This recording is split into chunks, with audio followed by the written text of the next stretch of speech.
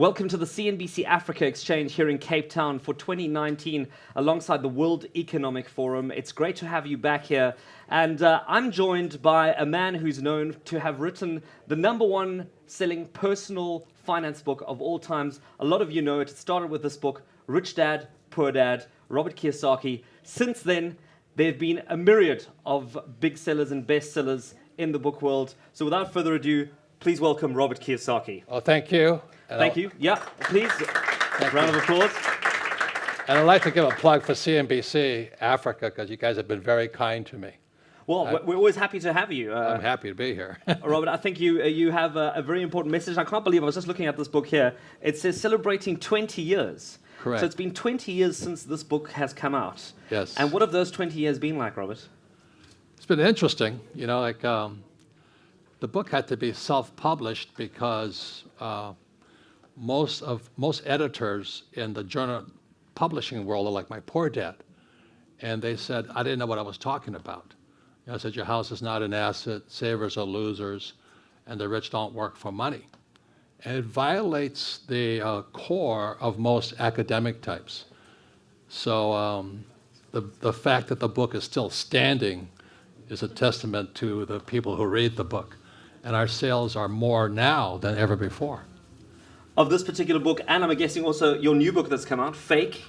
Correct, yes. Fake money, fake teachers, fake assets. And this book is like high school and fake is graduate school.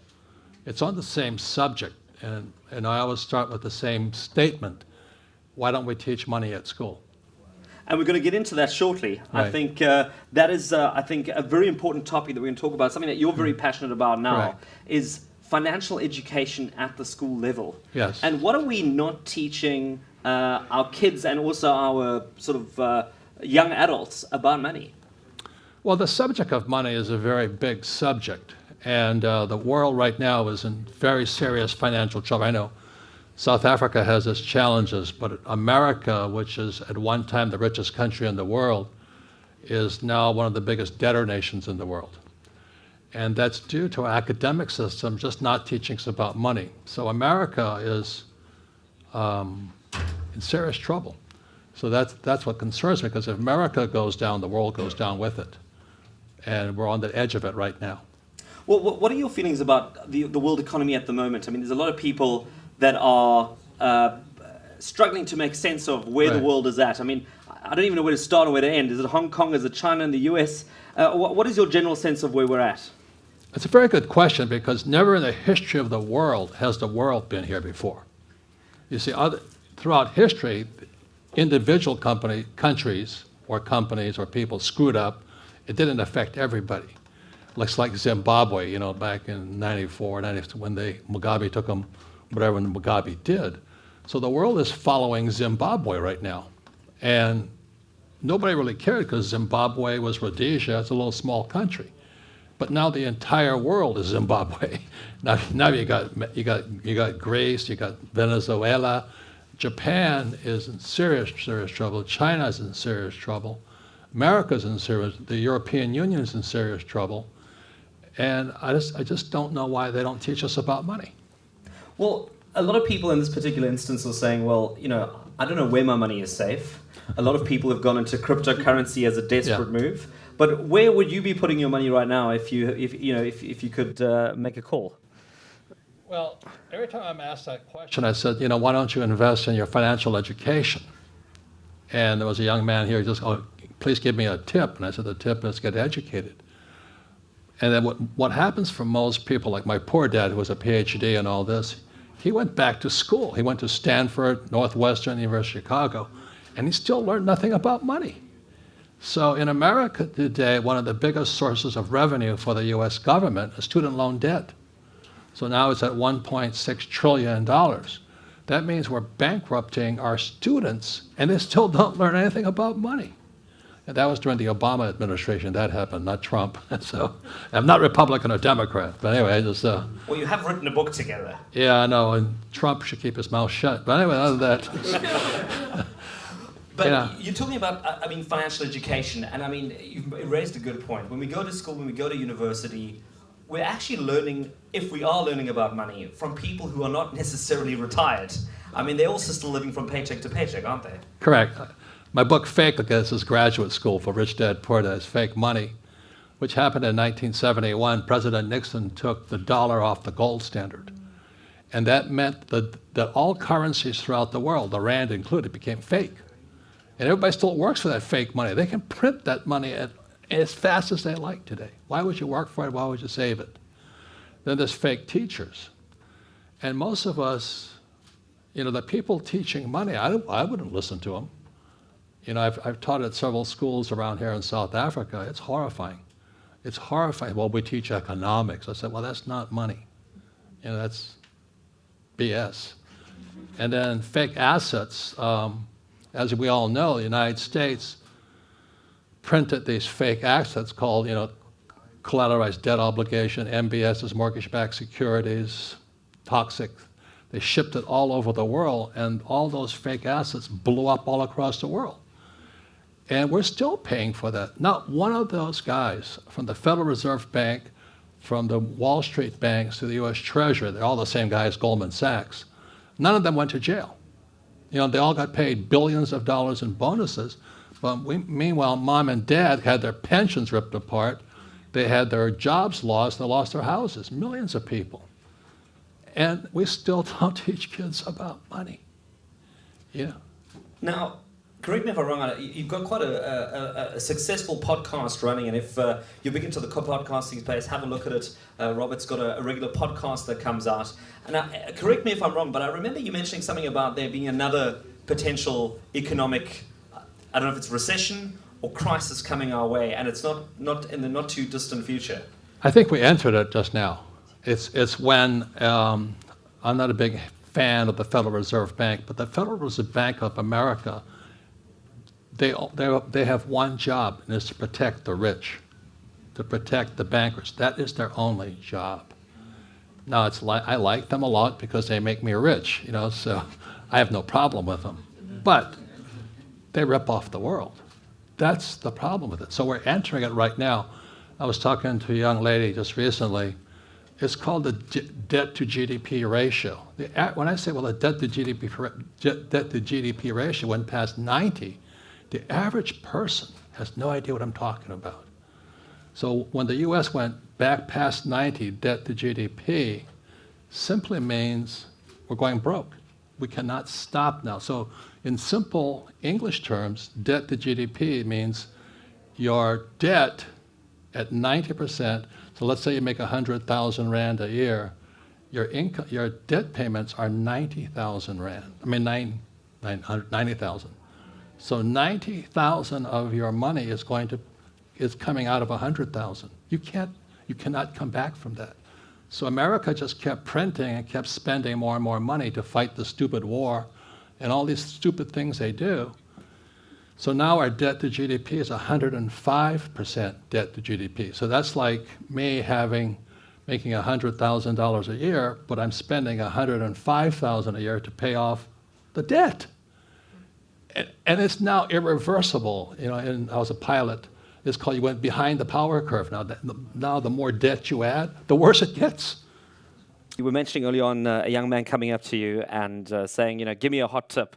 How do I also make it in life? How do I also become rich? And I know that we've got a large-scale unemployment challenge in Africa, but we also have this eternal want for jobs. It's the big political phrase every elections. It's, we're going to create jobs, we're going to do jobs. And we were chatting early on, and you were saying, this chase for the job is as old as it can get. We need to actually be creating more entrepreneurs. Correct. That the old mantra, your country, my country, is go to school to get a job. So you're being programmed to be an employee. Whereas my rich dad, who was my best friend's father, he programmed to be an entrepreneur. He says, learn how to create jobs. So the only people that really create jobs are entrepreneurs. All government jobs are fake because it's paid for by the taxpayer, and their pensions are out of line. But anyway, so that it's just in what you tell a kid. And the thing I like about South Africa and coming here 20 years now, you got more entrepreneurs out here. They're on the highway selling shit. They're always hustling around the place. They're natural entrepreneurs. But without the formal discipline and training, they're just going to be two-bit hustlers. So what's going to be the necessary skill that we're going to have to take into the future? Because one of the other big catchphrases at the moment is people talking about the fourth industrial revolution. Everyone's going to lose their job. We're all going to be replaced by robots. What's your take on that? Well, again, that's why I like history. As a history, I mean, I did terrible in school, but I liked history. So 71, Nixon takes us off the gold standard in 71. Also in 74, Nixon canceled all pensions. So they took away government pensions from people. So we have now the 401k, the RO, and IRAs and all this. So the baby boomer generation now is toast because pensions have been wiped out all over the world with quantitative easing, with all this printing money. The pensions are gone. But the third thing he did, he opened the doors to China. So in 72 or 73, Nixon opened the doors to China. And that basically sucked the jobs out of America, sent them to China. But then something else happened was in 89, when the Berlin Wall came down, the World Wide Web went up. And so now you have artificial intelligence, AI, So if you think China sucked jobs out of us, technology is going to wipe them out. So this idea of saying to your child, or you're holding in your head, well, I'm going to get a safe, secure job, that went obsolete in the 70s. And yet it's still taught in our schools. At the same time, when I look at this little baby here, man, it's never been easier to be an entrepreneur. If I had this as a kid, I'd be in jail. No, I'd be... my creativity, I could make money all over the world now. So this idea, when I'm South African or American, I'm Japanese or Chinese, this made those ideas obsolete. So I love this thing. I make money from all over the world. I'm so old, I don't know how to use this thing. But I have young kids who do, so thank God. But it's never been easier to be an entrepreneur if you think like an entrepreneur. But when you're saying to a child, go to school to get a job, get job security, get a pension and all that, that was obsolete in the 70s, and we're still teaching it. Now, a lot of young people also, who go into the entrepreneurial space, the next thing that they complain about is they say, oh, but where do I get funding from? I go to the banks, I go to, I don't know, my rich uncle, whatever, and nobody wants to give me money. What advice do you have for them? Well, they shouldn't give you any money because you don't have any experience. You know what I mean? You don't ask for money if you don't know how to make money. So you just got to prove it. Just sit here, do your business plan, run the model. If you can make $10 and then make $100, then you can get funding. So really start small, have a proof of concept, and then worry about getting the big money to make it work. Yeah, it's never been easier. It's never been easier. The woman who works for me, she makes a lot of money selling used shoes. She goes to Goodwill or some thrift shop, and she finds these used shoes, and she sells them all over the world. I'm going, she's always going through my closet. Can I have these? Yes. It's never been easier. This thing is the most powerful tool for entrepreneurs. It's also good for pedophiles and perverts, but for entrepreneurs, it's a good tool here. But it's just how your brain has been programmed. So to say to a child, go to school, get a job, and get a pension, that's what wiped out my poor dad. And my biggest concern when people say, why do I do what I do, is when I was a pilot in Vietnam. When I came back from Vietnam, my poor dad, who was a PhD, he lost his job. He was 52 years old. He couldn't recover. He didn't know how to be an entrepreneur. He entered school at 5, and he became a PhD. So when he lost his job, he bought himself an ice cream franchise and lost everything. He didn't know how to even run an ice cream franchise, but he had a PhD. So this was in the 70s, 73, and I saw the future coming. It's my generation, the baby boom generations, because I said Nixon shifted us from a defined benefit pension plan, which is a guaranteed paycheck for life, to a defined contribution. So that was in 73, 74. And today in America, it's called a 401k. In Japan, it's also called a 401k because the Japanese copy everything.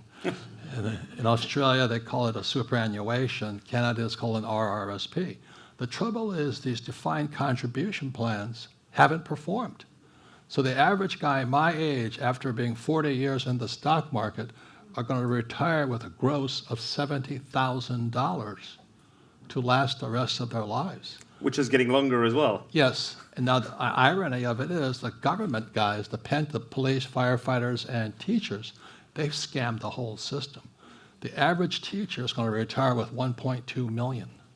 And this is in the United States? United States. And so I'm sitting there, so like the police, firefighters, and school teachers, they're scamming the whole pension system. And that's what's going to make America go broke, is our pensions. We can't afford them. So, Robert, you're still writing books to this day. What Right. keeps you... I know you're really working on your next book. I mean, you've just brought out Fake. Now the next book's already in the pipeline. What keeps you writing books? I have 3 going right now. It's kind of a punishment, because I was such a screw-off in school. That I flunked out of high school twice because I can't write. Now I'm being punished because all I do is write. So I'm writing one book on pensions. Who took my pension? And the other book is called The Ravens with a guy named Jim Rickards, and it's how you forecast the future. And the third book is called The Future of Money. You see, the future of money is this. You don't need money. You see, since the richest guys on earth don't need money, why don't you do the same thing? So what do I need? I mean, every time I go to the supermarket, they ask me for some cash to pay for my goods. So what do I need if I don't need the money? Well, it's because most people think in survival means, Think about it this way. Bezos, he started like a little company. Was it Amazon or something? Yeah. How much money does he have in that company? 0. How much tax does he pay? 0. Every time I write a book, the day one I make $50,000, right? I get it, and then for the rest of my life, income comes in. Because I understand I'm an entrepreneur. I do it with real estate all the time. I don't buy real estate with money, I buy it with debt. So I go to the bank, because I have strong financials, I can sit at the bank and I say, I need to borrow 20 million, 50 million, 100 million. And they want to lend me the money because in 1971, the dollar became debt. And unless we borrow money, money is not created. So the moment I borrow money, money is created. You see this thing called a credit card in here? I love these things. God bless. There's no money in this thing. It's called credit. But the moment I plug it into a machine, money is created. Now, if everybody stopped doing that, the whole economy would collapse. So in America, there's all these financial gurus that are saying, get debt free. I'm going, are you nuts? You're anti-American. We got to use this baby. Go shopping. Have a good time with this thing. But they don't teach you that. So it's debt and equity. But surely it's also managing that debt, though. Yeah, of course. But I don't pay for my debt. Other people pay for my debt. It's called, I borrow money for an apartment building or a commercial building. My tenant pays for it. And because I use debt, I get a tax break.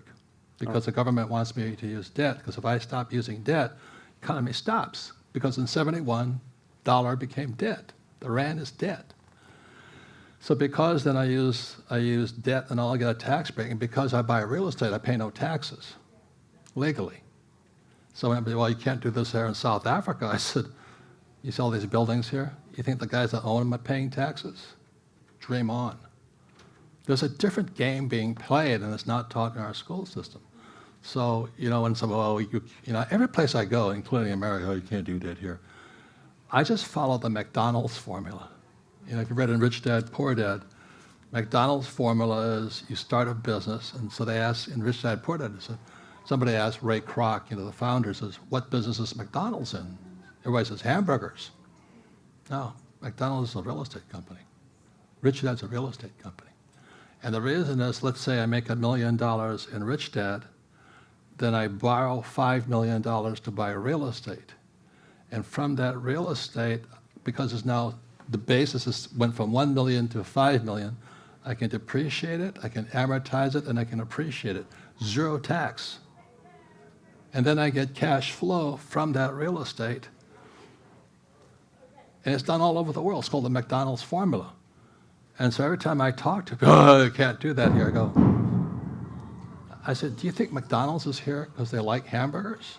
No, McDonald's is here because it's a real estate company.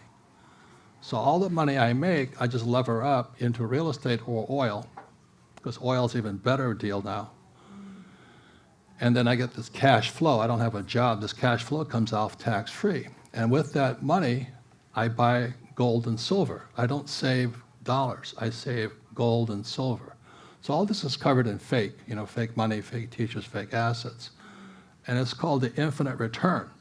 And infinite return is when you have no money in the deal and you're making money.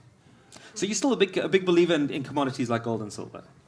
I'm not a believer, that's what I do. Okay. No, I don't, I hate to say this because I'm on CNBC, that's why they throw me off in the States, but anyway. I'm out of the stock market. I got out in 2016. It doesn't make sense, the prices are too high. The fundamentals make no sense, I'm out. So you're not a believer in stocks? No, I'm not stupid. Okay. Why would I buy at an all-time high? It doesn't make sense. If they're at all-time highs, there's no fundamentals to them. What has happened to people's sanity? Why would you buy a stock when it's so overpriced? I am a shopper. I wait till it goes on sale. It's called a crash. When that baby crashes, I'll be back in there.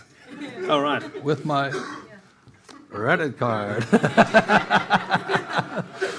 If ladies, I'm really happy to see so many women in the audience here because you guys are smarter than men. Anyway, so the good thing here. If Prada went on sale for 50% off, would you run or would you go shopping? You go shopping, okay?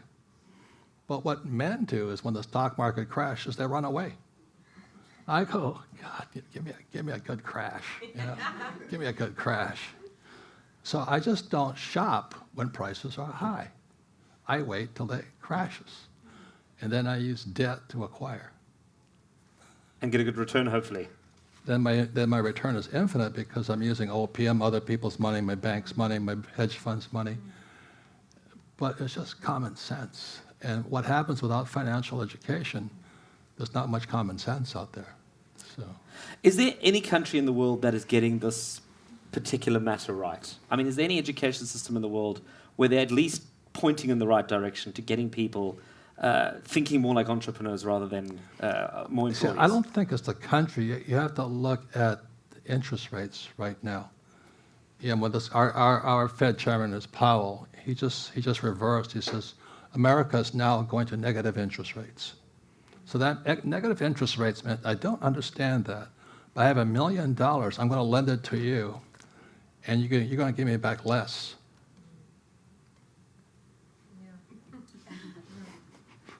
Why would I do that? So the negative interest rates in the world today are at they estimate between $15 to $17 trillion. So you have $15 to $17 trillion that they've loaned to the bond market, and they're going to give them back less. I mean, I'm not a rocket scientist, but it doesn't make sense to me. So if that's happening, I'd rather be in gold and silver, because when they're not paying interest rates on bonds, then that money has to flow somewhere. So it's flowing into Bitcoin right now, and it's flowing into gold and silver and oil. And oil is because I get tax breaks for oil. If I invest $1 million in oil, I get $1 million tax break day one. You mentioned cryptocurrency though now, and I know that's something that you're not particularly fond of. No, I'm just saying that's where the money flowed to. Right. I only invest in what I know. It's the same thing as I explained to that young guy that take classes. There's 4 basic asset classes. There's business, which is the hardest one. Then there's real estate. Real estate is debt and taxes. That's why I'm using debt and I pay no taxes. Then there's stocks, mutual funds, ETFs, bonds, paper. And then there's commodities, gold, silver, oil, food, water. So I'm pretty good at real estate. I'm pretty good at entrepreneurship. I'm pretty good with gold and silver. I'm pretty good with oil. And I don't know anything about crypto. But I just know my friend invested in it. He put $1 million in it. I think it's now worth about $500 million. What's wrong with that picture? I mean, he's happy. Well, I mean, I think it's a fair piece of advice to say to people, stick to what you know, as opposed to trying to take on things that you... It's more than that. You have these windows. You know, it's like I said, Prada's going to have a sale, or Gucci, or whoever the guys shop with. There's this window. The sale's 30 days. Boom, you're in. Right now, the biggest window is silver. Silver, I think, it was about 10, now at 19. But silver it's 75% underpriced today. So silver is for $20. Everybody in this room, every kid in the street, everybody ever in the world can afford $20. I'd rather put $20 in a silver coin than buy a bond, because if they keep printing money, silver keeps going up. And silver is consumed. It's used in every electric vehicle, all the solar panels, all electricity. Silver is the biggest bargain. Now it's the biggest, most volatile of all the precious metals, but it's consumed. Gold is not consumed. So it's just here's this window. Silver is $20. That's like a Prada bag that sells for $800 is on sale for $80. No, I don't want to touch it. Hell, I'm just backing up the truck on silver. And not ETFs. I only buy the physical stuff. And I keep it outside the banks. I don't trust my bank. Well, there's a hot tip. We'll be back at WEF next year, and we'll see who would have gotten themselves some silver coins and who didn't take the hot tip. Hey, you want to see silver coins? Oh, there you go. Get yourself something you can use as well. This is a pre-64 dime. The reason it's pre-64 was what happened after 64. It became copper. It's fake silver. So this is real silver, and that's why I wear it. It's real silver. Thank you so much, Robert Kiyosaki. Thank you very much to our live audience. Let's give him another big round of applause for being here. Thank you very much. Thank you. Thank you, Robert. And thank you for watching and joining us at the CNBC Africa Exchange here at the World Economic Forum 2019 in Cape Town. And thank you for tuning in.